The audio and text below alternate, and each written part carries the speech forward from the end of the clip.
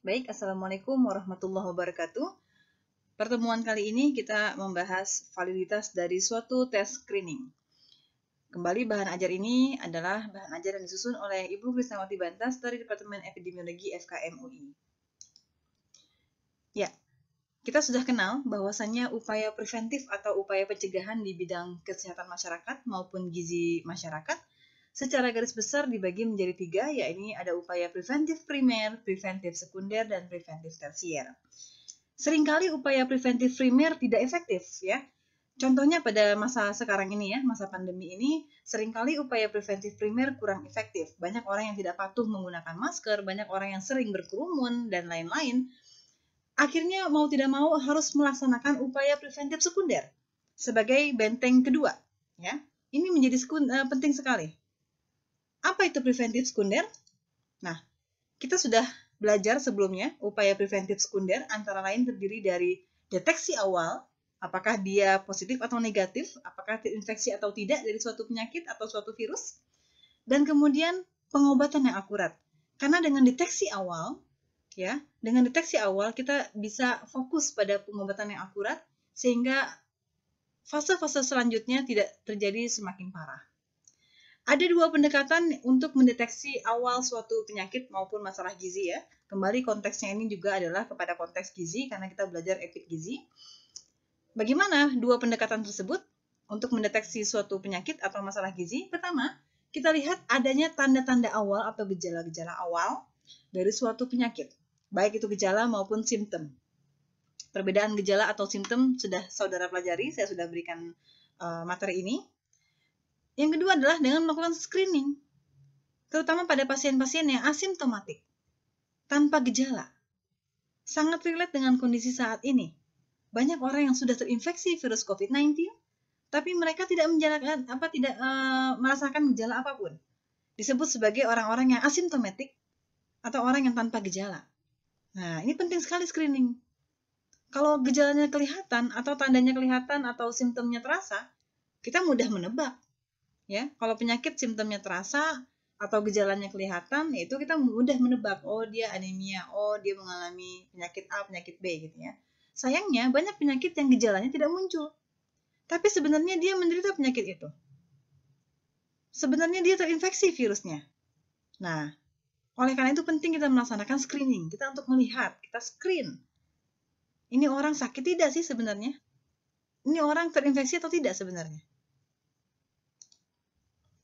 Nah, tes yang dipakai untuk melakukan screening disebut tes screening atau tes diagnostik, ya. Ini nama lain dari tes screening. Tes diagnostik digunakan untuk pertama, menentukan bahwa seseorang sakit, ya memang sakit. Ya. Menentukan bahwa seseorang sakit pada individu yang belum menunjukkan gejala ataupun tanda-tanda penyakit. Jadi walaupun gejalanya belum muncul, kalau memang orang itu sakit, ya dia harusnya menunjukkan bahwa orang itu sakit. Dan yang kedua, menentukan bahwa seseorang bebas dari suatu penyakit pada individu yang memang belum menunjukkan gejala atau tanda penyakit. Ya, jadi dia harus bisa membedakan mana orang sakit dan mana orang yang tidak sakit. Pada orang-orang yang belum menunjukkan gejala ataupun tanda-tanda penyakit. Jadi walaupun gejala maupun tandanya tidak terlihatan dari luar, tidak dirasakan oleh si individu tersebut, hendaknya suatu tes diagnostik atau tes screening harus bisa memberikan result atau hasil apakah dia sakit atau tidak. Sangat relate dengan kondisi saat ini, ya. Saat pandemi ini banyak orang yang tanpa gejala. Suatu tes COVID-19 harus bisa meyakinkan, menghasilkan hasil yang valid apakah orang tersebut terinfeksi atau tidak. Nah, itu contohnya. Nah, idealnya suatu tes diagnostik atau tes screening memberikan hasil yang positif untuk orang yang sakit. Harusnya begitu. Dan memberikan hasil tes yang negatif untuk orang yang tidak sakit. Harusnya begitu. Kemudian harusnya cepat, hasilnya cepat keluar, kemudian aman, tidak menyakitkan, dapat dipercaya hasilnya, tidak meragukan, dan tidak mahal. Karena kembali tes screening ini kan yang menjalankan masyarakat toh, dan juga negara, ya. Maka cost cost finansial juga diperhitungkan di sini. Nah, sayangnya tes diagnostik yang ideal ini jarang sekali ada. Ketika ada tes diagnostik yang cepat, biasanya kurang akurat. Sebaliknya, pada tes yang akurat, biasanya hasilnya butuh waktu lama dan mahal. Nah, biasanya seperti itu ya. Contohnya tes molekuler untuk COVID-19, tes swab ya, yang kita anggap sebagai golden standardnya untuk uji apakah orang itu terinfeksi atau tidak. Tes swab ini sangat baik, hasilnya sangat akurat, namun kelemahannya apa? Tidak cepat ya, kita butuh waktu beberapa hari. Kemudian mahal, apalagi kalau mau makin cepat ya makin mahal, begitu.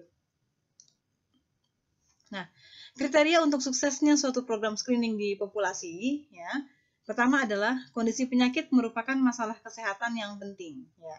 Kondisi saat ini saya rasa sangat relevan ya. Pandemi COVID-19 dianggap sebagai bencana nasional, bahkan bencana internasional, sehingga proses atau program screening ini hendaknya bisa berjalan dengan baik. Kedua, penyakit harus ada obatnya, ya, karena kalau tidak ada obatnya, percuma juga kita melakukan screening, namun tidak ada upaya untuk mengobatinya. Kemudian harus ada fasilitas untuk diagnosis dan pengobatan. Yang keempat, intervensi harus efektif, harus diketahui untuk mengurangi angka kesakitan dan angka kematian. Yang kelima, tes diagnosis atau tes screening harus memiliki sensitivitas dan spesifisitas yang tinggi. Ini poin kelima ini sangat penting, inilah yang kita akan pelajari hari ini. Sensitivitas dan spesifisitas. Yang keenam, tes screening harus dapat diterima di populasi. Kehalalannya, apakah menyakitkan atau tidak, aman atau tidak, itu harus dipertimbangkan. Yang ketujuh, riwayat alamiah dari kondisi penyakit harus sudah dimengerti. Nah ini, kita sudah belajar ya di periode sebelum UTS, riwayat alamiah penyakit, belajar. Bagaimana sifat dari gennya, sifat dari virusnya atau agennya. Virus tersebut mengumpulnya di mana?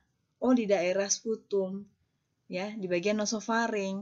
Oleh karena itu, kenapa tes swab itu dilakukan pada sputum ataupun pada mukus-mukus di nasofaring? Karena kondisi virusnya ada di situ biasanya. Jadi, riwayat alamiah penyakit, kemudian karakteristik dari agent host environment harus dipelajari. Sehingga kita tahu bagaimana men-screening apakah orang itu terinfeksi atau tidak. Oke. Bagaimana struktur penelitian tes diagnostik? Sebenarnya mirip dengan studi observasional lain yang telah kalian pelajari ya. Ada yang namanya predictor variable atau nama lainnya exposure ya, variable exposure, atau variabel faktor, atau variabel independen, jangan dilupakan. Dan ada yang namanya outcome variable, atau dependent variable. Jadi selalu ada seperti ini. Pada penelitian tes diagnostik, yang menjadi prediktor variabelnya adalah hasil dari tes, di mana tes itu adalah variabel yang memiliki skalanya bisa skala kontinu, misalnya dalam satuan miligram per dl, atau mungkin dikotomus. Dikotomus ini adalah kategorik, namun hanya dua kategori, positif atau negatif, atau data kategorikan lainnya. Ya, bisa lebih dari dua kategori. Sedangkan outcome variabelnya adalah ada atau tidak adanya penyakit, positif atau negatif berdasarkan hasil dari pemeriksaan gold standard. Ya, jadi prediktor variabel adalah hasil dari uji diagnostik dari suatu tes yang akan kita uji sensitivitas dan spesifisitasnya. Sedangkan outcome variabelnya adalah hasil positif negatif dari pemeriksaan gold standard. Jadi kalau kita ingin menguji suatu tes screening apakah dia valid atau tidak, sensitivitasnya maupun spesifitasnya bagus atau tidak, kita harus membandingkannya dengan hasil dari yang paling bagus atau gold standard. Contoh, kalau Anda ingin mengetahui apakah cara pemeriksaan persen lemak menggunakan skin fold thickness itu bagus atau tidak, ya, valid atau tidak, maka Anda harus membandingkannya dengan gold standard untuk pemeriksaan persen lemak. Ya, pemeriksaan persen lemak kan bisa menggunakan skin fold thickness toh. Nah, Gold standard untuk pemeriksaan persen lemak adalah menggunakan hydrodensitometer. Nah, jadi Anda harus membandingkan bagaimana pemeriksaan dengan menggunakan skin fold thickness dibandingkan menggunakan hydrodensitometer. Ini contoh saja ya. Oke. Menentukan status sakit dengan gold standard. Nah, jadi ini yang dimaksud dengan gold standard ya. Gold standard yang dipakai idealnya selalu positif pada orang yang sakit dan selalu negatif pada orang yang tidak sakit. Contoh, tadi ya, kita lanjut lagi contoh yang tadi. Untuk pemeriksaan persen lemak atau komposisi tubuh, idealnya kita menggunakan gold standard ya, yaitu dengan menggunakan alat yang disebut dengan hydrodensitometer. Alat itu yang paling valid untuk mengukur persen lemak tubuh, persen otot, dan seterusnya, komposisi tubuh. Namun, ada cara lain, ada cara prediksi. Ya, karena kalau menggunakan hydrodensitometer kan mungkin mahal. Ya, kemudian pengoperasiannya juga sulit dan butuh tenaga profesional. Oleh karena itu, komposisi tubuh bisa juga digunakan pakai alat yang lain, seperti skin fold thickness, atau dengan menggunakan BIA atau bioelectric impedance analysis. Nah, namun, alat-alat di luar gold standard tadi itu perlu diuji lagi validitasnya. Skin fold thickness perlu diuji validitasnya. Kemudian BIA perlu diuji validitasnya. Nah, cara mengujinya apa? Cara mengujinya adalah dengan menguji hasil dari gold standard itu sendiri. Itulah sebabnya dikatakan bahwa gold standard yang dipakai harusnya selalu positif. Dia harus menunjukkan hasil yang positif pada orang yang sakit dan negatif pada orang yang tidak sakit. Contoh lain pada pandemi COVID ini ya, tes screening untuk COVID. Gold standard yang kita yakini adalah dengan molekular teknik, yaitu tes swab, PCR. Nah, oleh karena itu, kita menganggap bahwasanya tes swab PCR harusnya selalu positif pada orang yang terinfeksi dan negatif pada orang yang tidak terinfeksi. Baru dia bisa dikatakan sebagai gold standard. Tes yang lain seperti rapid test, kemudian ada yang namanya swab antigen, nah itu harus dibuktikan atau diukur validitasnya dibandingkan dengan hasil oleh swab test.